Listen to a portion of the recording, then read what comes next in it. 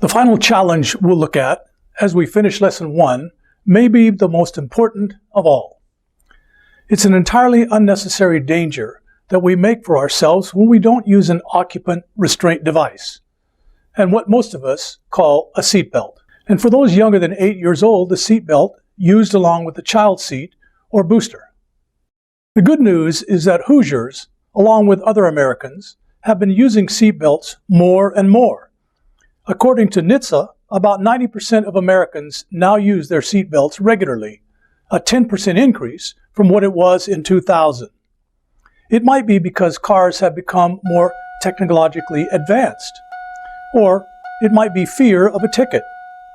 With some very specific exceptions, Indiana requires all motor vehicle occupants on a public road to use a seatbelt where one is available for use. But it's also because we've figured out how much safer it makes us. Just how much safer is that?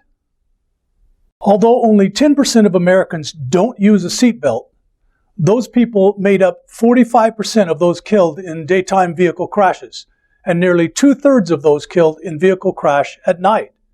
That means that you're somewhere between 4 and 7 times as likely to die if you don't wear a seatbelt than if you do. And if you're thrown from the car because you didn't wear a seatbelt, you're 25 times as likely to be killed. The seatbelt also keeps you in a position where you can use your brakes and turn the steering wheel instead of being thrown against it. And what about the fear of being trapped underwater by a seatbelt? It would be much worse to be knocked unconscious because you didn't wear a seatbelt and then be underwater. Another common misconception is that airbags make seatbelts unnecessary. In fact, the opposite is true. Airbags are designed to work with a seatbelt. An airbag without a seatbelt is just another object that you'll impact at great force in the midst of being bounced around and possibly ejected from the vehicle. Remember also that a seatbelt will prevent you or a passenger from becoming a dangerous projectile during a crash. As you can see in this public service video created for the Australian Department of Transport, a driver not wearing a seatbelt hits the windshield with tremendous force. Worse, he's then thrown against his passenger with a devastating effect. You didn't think you were going to get through an entire class without seeing some disturbing video. By the way, I should point out that this video uses special effects. This is not a video of an actual crash, but recreates an actual crash pretty effectively.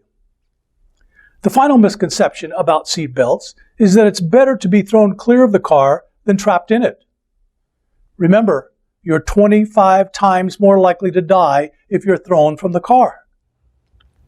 And it can happen quickly. In this very real video of a crash in China, you can see how quickly. The 3 passengers from the back seat are thrown from the car, while the driver and front passenger who wore seatbelts stayed in the car. Incidentally, although the 3 passengers were badly injured, all were lucky enough to survive. And remember, they were in the back seat. Hoosiers are more likely to go without a seatbelt in the back seat far more often, maybe thinking that a seatbelt is safer. Not without a seatbelt, it isn't. By the way, always use a seatbelt if you or any of your passengers are pregnant.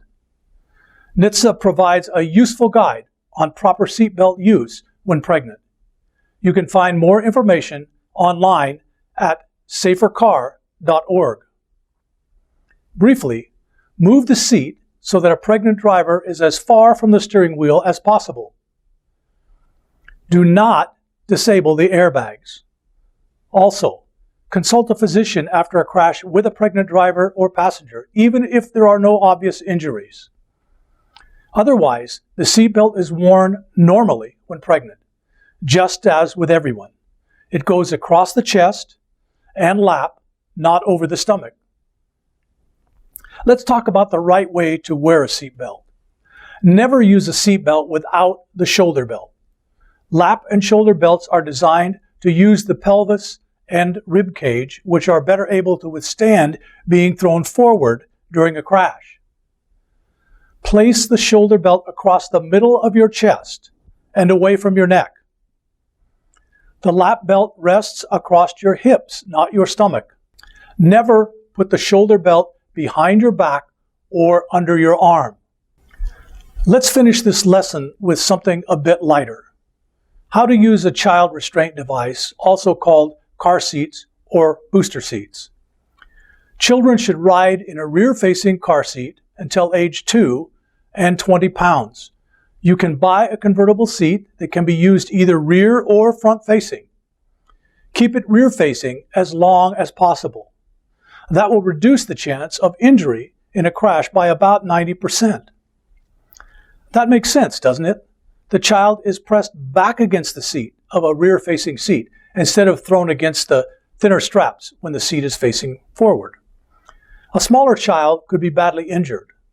A larger child can withstand the force of the thinner straps somewhat better, but a rear-facing seat should be used as long as possible. No matter what age, having the child in the back seat is safer than having them ride in the front seat. Here's a handy chart from the Centers for Disease Control and Prevention on what kind of car seat or booster seat to use for the different stages of growth. When they're old enough, a combination high back car seat can be used as a booster seat. This NHTSA video shows the proper installation of a booster seat. The lap belt should go across the lap and the shoulder belt across the chest, the same as an adult without a booster. Use the seat belt guides if it has them. That completes this first lesson. As I mentioned at the start of this class, you'll now move to a short 10-question test based on what we've covered so far. You need to answer at least 7 of the questions correctly to move on to the next lesson, which will be on defensive driving.